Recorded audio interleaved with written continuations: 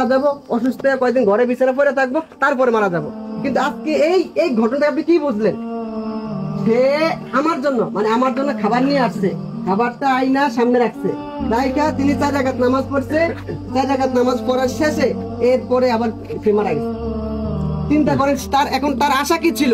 সে ভাবছে যে আমি এখন নামাজ পড়তে আসছি, এখান থেকে যাব, খাবার খাবো, তার হয়তো বিশ্রাম নেব।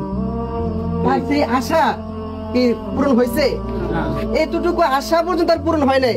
আপনি যে মনে করেন, আপনি যে ভাবেন যে আমি হয়তো এখন যুবক আছি, আমি বৃদ্ধ হব, দাড়ি উঠবে, দাড়ি পাকবে, তারপরে মরবো, এই গ্যারান্টি আপনাকে কে দিছে? গ্যারান্টি আছে? মরণের কোনো কি নাই, ভরসা নাই, বিশ্বাসের কোনো বিশ্বাস নাই। এজন্য আপনি হাসিবু ক্বাবলা তুহাসিব, আপনি হিসাব আল্লাহ নেওয়ার আগে নিজের হিসাব নিজে নেন।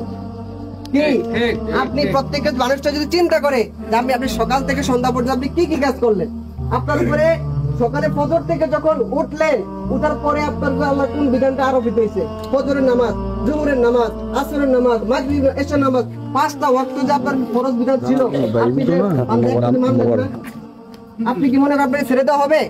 কি মনে করেন ছেড়ে দেওয়া হবে? 1 ওয়াক্ত নামাজের জন্য আপনাকে কত লক্ষ কোটি বছর যে আপনাকে জাহান্নামে জ্বলতে হবে তার হিসাব কারো কাছে নেই। এজন্য আমরা এখান থেকে শিক্ষা গ্রহণ করে যে আসলে আমাদের মৃত্যু জানা নাই, আমরা জীবনে প্রত্যেকটা সেক্টরে আল্লাহর বিধান মোতাবেক আল্লাহর কাজগুলো করবো, নবীর তরিকা মোতাবেক। কার বিধান মানবো? আল্লাহর বিধানগুলো জীবনে মানবো। কার তরিকায়? রাসূলের তরিকায়।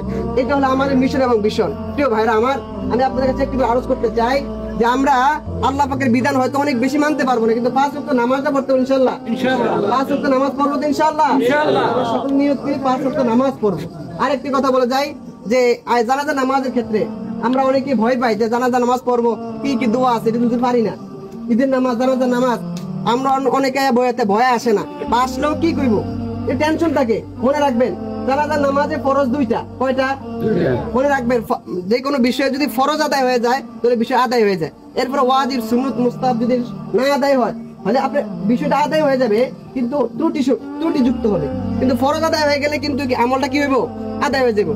জানাজা নামাজের ফরজ মাত্র 2টা। কয়টা? এটা মুখস্থ করতে প্রত্যেকটা মুসল্লি। 1 নাম্বার দাঁড়ায় নামাজ পড়া, 1 নাম্বার কি? 2 নাম্বার ইমামের সাথে 4টা তাকবীর বলা।